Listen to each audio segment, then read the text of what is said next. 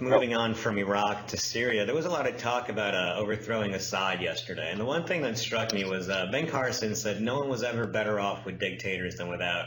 I don't know. Isn't that bullshit? Weren't most people in Iraq and Libya better off with their dictator, Eric? Way to hand me the loaded question. Things seemed a lot more stable compared to how we view the Middle East today. I wouldn't say they were better off because the reporting of, killings of innocent people weren't as frequent as the different bombing campaigns. So I would argue that no, we're not necessarily better off today. It's just more in the forefront. Now we see it on an everyday basis. Josh, is stability better than a dictator, or is stability worth a dictator, or is freedom more important than anything?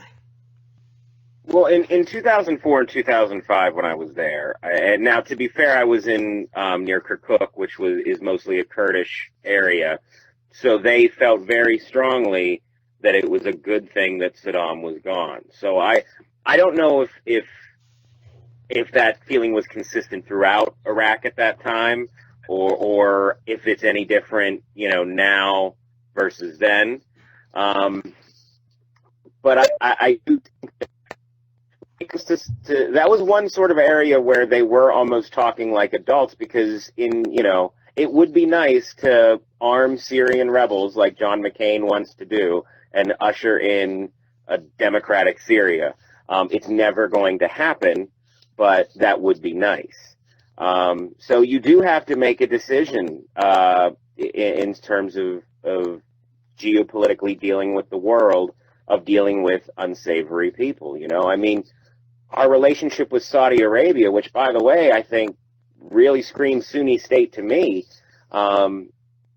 is very important, and most of the Muslim world sees them as brutal dictators. There was, I think they and ISIS are, competing to see who can do the most beheadings in a year. They're neck and neck on that. I like that.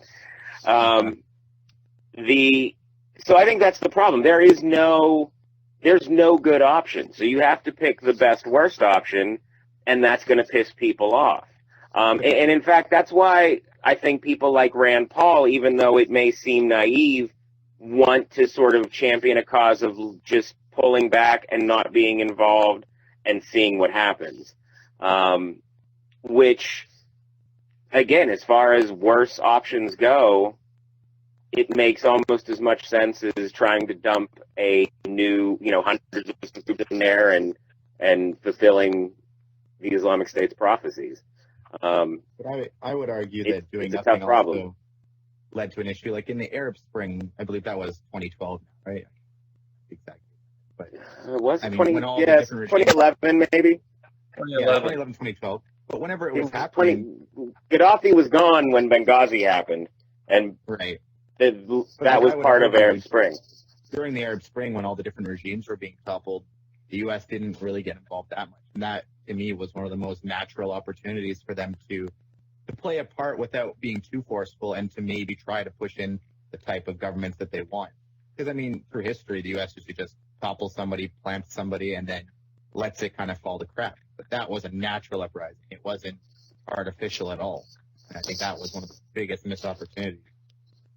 Peter, you were in post-Saddam Iraq, and you met the people that lived under Saddam and then lived without Saddam. Certainly there were, Shiites and Kurds and plenty of people that were happy that he was gone. But as far as the majority of people, do you think they were better off after we overthrew Saddam? Well, I didn't get to meet too many Kurds, but I was in an area where there was a mix of Sunnis and Shias. I think the majority of people want some portion of the same kinds of things. Certainly the Iraqis that I was interacting with wanted food, they wanted clean water, they wanted medicine, they wanted schools for their children, they wanted to be able to go to the market without fear of car bombs, and that type of thing. It's a hierarchy of needs. You get that stuff done just right, and then you can start to think about whether you're allowed to write letters to the editor of the newspaper and things like that. The United States has a very long history of being very cozy with dictators, evil dictators that seem to do what we want them to do. We overthrew a democratic government in 1954 in Guatemala. We overthrew a democratic government in Iran. We've played games behind the scenes with democratic governments all over Central and South America. And we supported dictators that have managed to crawl out of the swamps on their own. The United States garrisoned South Korea, and through that process supported a whole series of military coups and military dictators, many of whom were engaged in nefarious practices, including torture. Without putting too fine a point on it, we need to remember that the United States operates its offshore penal colony in Guantanamo, where people are thrown in for no reason for their lives. We torture people. We maintain the highest prison population in the world, many of them in solitary confinement, where there's absolutely no evidence other than it contributes to mental breakdowns and things like that. So, I mean, our hands are not clean either when we blather about democracy and stuff like that. What we didn't want in the Arab Spring, and the reason we fought back against it, particularly in Egypt, was we did not want theocratic governments to take over those countries.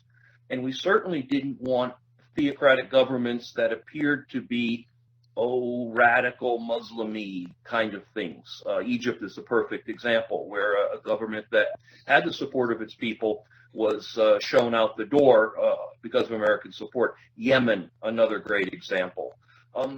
Israel, for example, while they have elections, they certainly don't act like a democracy in respect to nice country in respect to other people. They're more than happy to carpet bomb urban areas, to beat and murder protesters in the street, including kids and women and children. So, this whole idea of spreading democracy is, in the words of the poet, just absolute bullshit.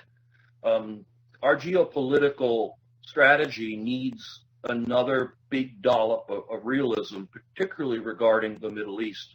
And I certainly, in the debate last night, and certainly not out of the mouth of Hillary Clinton, have heard anything close to realism. It's just more of the same fantasy talk.